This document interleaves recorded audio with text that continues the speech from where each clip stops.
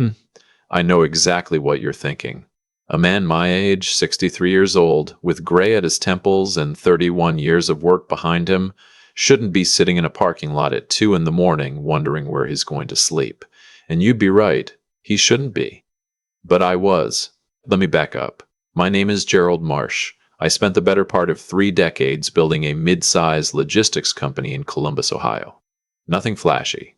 We moved freight. Medical equipment mostly, hospitals, clinics, a few government contracts. At our peak, we had 42 employees and a fleet of 23 trucks. I coached Little League for 11 years. I served on the school board. I was the kind of man who showed up early and stayed late and never once thought that was anything special. It was just what you did. My wife, Carol, passed 6 years ago. Breast cancer. We had 18 months from diagnosis to the end, and I spent every one of those days grateful I had built something stable enough that I could step back and just be her husband. That was the only time in my adult life I was glad I had money, not for what it bought, for what it let me do. I could be present. I could hold her hand at every appointment. I could be there at the end, and I was. After Carol, I threw myself back into work. That's what men of my generation do. We don't process grief. We move freight. Then, 3 years ago, I made the worst business decision of my life. I trusted my operations manager, a man named Dennis Price, who had been with me for 9 years. Dennis came to me with a proposal to expand into cold chain pharmaceutical logistics. Big contracts, he said. Guaranteed margins. He had relationships with 2 regional hospital networks that were looking to outsource. All I had to do was invest in refrigerated units, retrain the crew, and sign on the dotted line. I signed. What I didn't know, what I couldn't have known, was that Dennis had already been quietly siphoning from the company for 2 years. Small amounts at first, then larger ones. The pharmaceutical contracts weren't real. The hospital relationships were fabricated. By the time the auditors found the full picture, I had borrowed against everything I owned to fund the expansion. The company, the equipment, the building I'd owned outright for 14 years. All of it leveraged against a lie. Dennis was gone before I could reach him. He'd moved accounts, changed his number, and disappeared to somewhere without an extradition agreement, according to the detective I eventually hired. The detective also told me that recovering the money was, and I quote, not a realistic outcome at this time. I lost the company in March. I lost the house in May. I sat with the bank's representative in an office that smelled like carpet cleaner and old coffee, and I signed papers that handed over the house Carol and I had lived in for 22 years. The oak tree in the backyard that our son Marcus had climbed as a boy. The kitchen where Carol made her turkey chili every November. The front porch where I had sat every Sunday morning for 2 decades with a cup of coffee and the newspaper.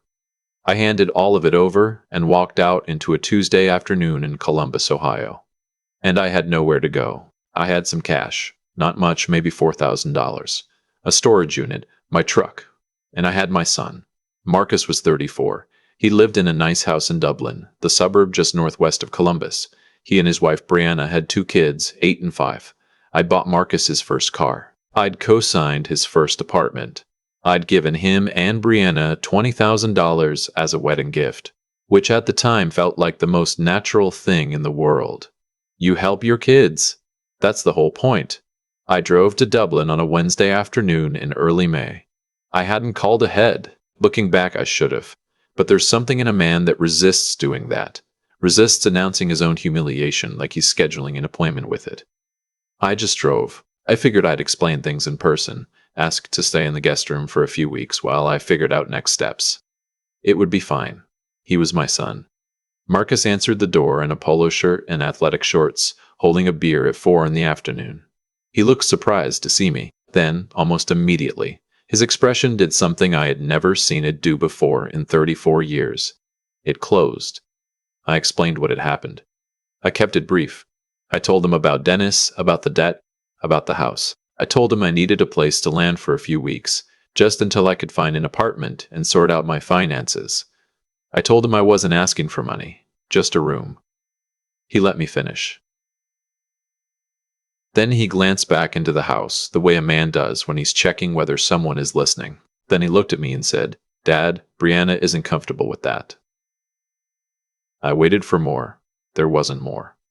I said, "Marcus, I have nowhere to go." He said, "I'm sorry, this isn't a great time." He said it quietly, almost kindly, the way you'd tell someone you can't make it to their party. Then he stepped back and closed the door, and I stood on the front step of my son's house in Dublin, Ohio, and listened to the deadbolt turn. I sat in my truck in his driveway for about 10 minutes, not crying. I want to be clear about that. I wasn't crying. I was doing that thing where your body goes very still because your mind hasn't caught up yet. Then I backed out and drove away. I didn't know where I was going. I ended up in the parking lot of a Kroger on Sawmill Road. I sat there until midnight. Then I reclined the seat and fell asleep. I want to tell you that I had a plan. I want to tell you I was calm and methodical. The truth is, I spent 3 days in that truck, cycling between anger and a kind of hollow numbness that scared me more than the anger did. I ate at diners. I used the restroom at a BP station where I'd been a regular customer for years. I called no one because I couldn't figure out how to say what had happened without it sounding like something that happened to other people. On the fourth morning, my phone rang. The number was local, Columbus area code, but I didn't recognize it. I almost let it go to voicemail. Something made me answer. The voice on the other end was measured, professional, with the kind of enunciation you associate with old money or law school, or both. "Is this Gerald Marsh?" I said it was. "My name is Thomas Aldridge. I'm calling on behalf of a client who has asked to remain unnamed for the moment. He's asked me to reach out to you directly. He says he knew you some years ago, though he's not certain you would remember him. He'd like to meet with you at your earliest convenience. He said to tell you, and I'm reading this exactly as he wrote it, that you once did something for him that he never forgot, and he's been looking for a way to return it for a long time." I told him he had the wrong Gerald Marsh. He said, "You coached Little League at Worthington Hills Recreation Center. You paid the registration fee for a boy named Darnell Washington 4 years in a row because his mother couldn't afford it, and you didn't want him to miss the season." I remembered Darnell. Quiet kid. Incredible arm. His mother worked nights. I said, "That was nothing. That was $40 a year." Thomas Aldridge said, "Mr. Washington disagrees." We met the next morning at a restaurant in the short north, the kind of place with cloth napkins and a wine list. Thomas was in his early 40s, trim gray suit, the kind of lawyer who looks like he was born wearing a tie. He explained that his client, Darnell Washington, was now 41 years old and the founder of a technology infrastructure company based in Atlanta, annual revenue in the hundreds of millions. He had been following my situation. He didn't explain exactly how, and he had asked Thomas to reach out. I said, "What does he want?" Thomas said, "Nothing. He wants to help." I said I didn't need help. Thomas looked at me with the patient expression of a man who has heard that particular sentence many times. He said, "Mr. Marsh, you've been sleeping in your truck for 4 days. My client is aware of that. He's not asking for your pride. He's asking for 20 minutes of your time." I met Darnell Washington the following afternoon. He was not what I expected. Though I'm not entirely sure what I expected.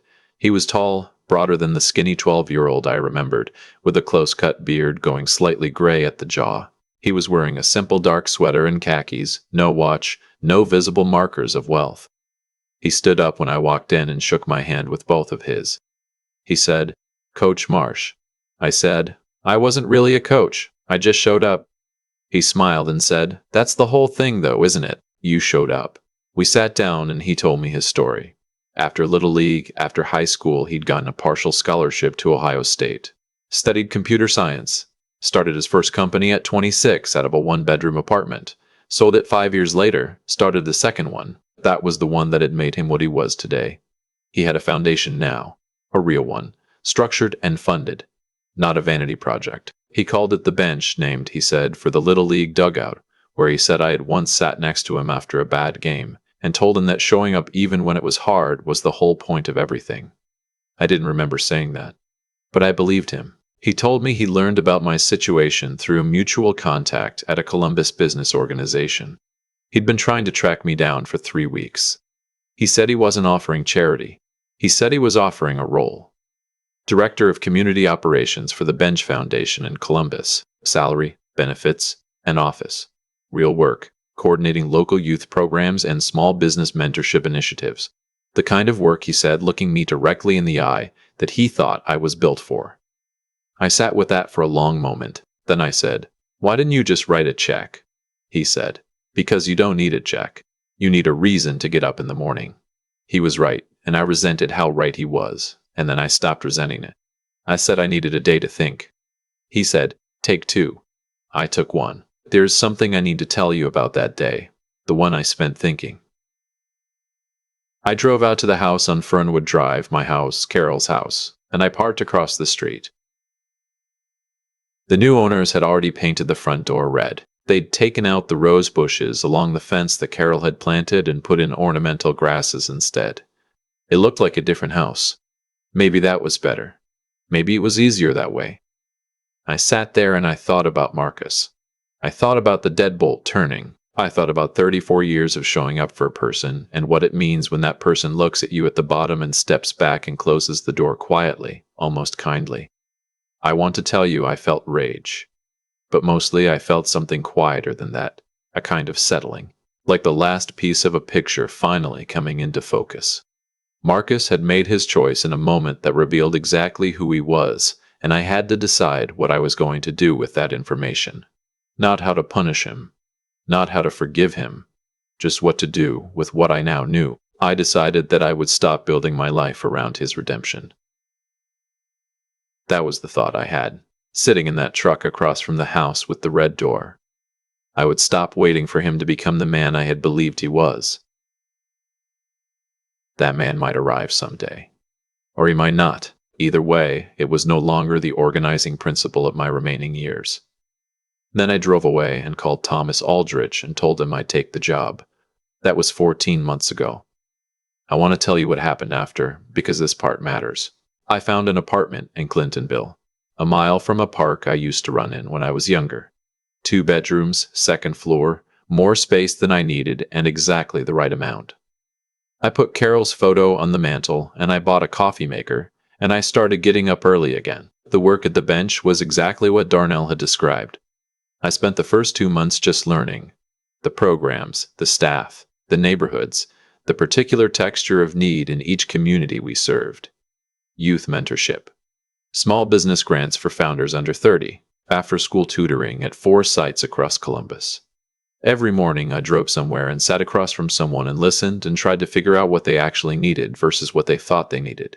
It turned out those were usually different things. There's a kid at our Linden site, 16 years old, named Jordan, who reminds me of no one so much as myself at that age. Stubborn and proud and hiding how scared he is under about 12 layers of false confidence. I don't tell him that. I just show up twice a week and sit with him and let him talk. That's the whole thing. You show up. Darnell and I have breakfast once a month. He doesn't talk much about the money or the business. He talks about his kids, a daughter in middle school who is already a better programmer than he was at 20, and a son who wants to be a chef. I talk about the work. It feels, if I'm being honest, like something close to friendship, though it took me a while to accept that a man 41 years old might want to have breakfast once a month with a man 63 years old and actually mean it. About Marcus. He called me in October, 7 months after the door. I let it go to voicemail. He left a message that was about what you'd expect. Halting, slightly formal, the voice of a man who had rehearsed several versions and was still landing somewhere short of what he meant to say. He said he'd heard I was doing well. He said he thought about what happened. He said he was sorry. He said he didn't know what he'd been thinking. I listened to the message twice. Then I put my phone down and made dinner and thought about it. I called him back 2 weeks later. We talked for about 30 minutes. It wasn't warm. It wasn't cold. It was 2 people feeling out the shape of what's left after something breaks, which turns out to be a different shape than what was there before, but it's still something. We've talked 3 more times since. Once he brought Brianna. That conversation was shorter and stiffer. I don't know what happens next with Marcus and me, and I've made my peace with not knowing. What I know is this. At 63, I had everything taken from me by a man I trusted. I was betrayed by my own operations and my own judgment, and, yes, my own son. I slept in a truck in a Kroger parking lot, and I thought, more than once in those first few days, that I had simply run out of road. What I didn't know, couldn't have known, was that a 12-year-old boy with a good arm and a mother who worked nights had spent 20 years looking for a way to return $40. It turns out $40 in the right hands, at the right moment, with the right kind of memory attached to it, compounds in ways that no financial instrument ever invented can touch. I'm not telling you this because it's a feel-good story, though maybe it is. I'm telling you this because I spent too many years believing that what you build is what you are. The company, the house, the fleet of trucks. I believed those things were me. And when they were gone, I had to find out at 63 in a parking lot on Sawmill Road whether there was something underneath all of that. There was. There is. I know that now. I knew it the morning Darnell Washington stood up in that restaurant and called me Coach Marsh. I had shown up. That was the whole thing. And it turned out, at every age, in every season of a man's life, the whole thing is always the same. You find out who you are by whether you show up when it counts. I showed up for a 12-year-old boy in a Little League uniform on a Tuesday evening in June with $40 and probably not enough sunscreen. He showed up for me in a parking lot at the bottom of everything I had. We're even. We're more than even. Now I get up every morning, make my coffee, look at Carol's photo on the mantle, and I drive somewhere in Columbus, Ohio, to sit across from someone who needs another person to show up. I am very good at that. I always was.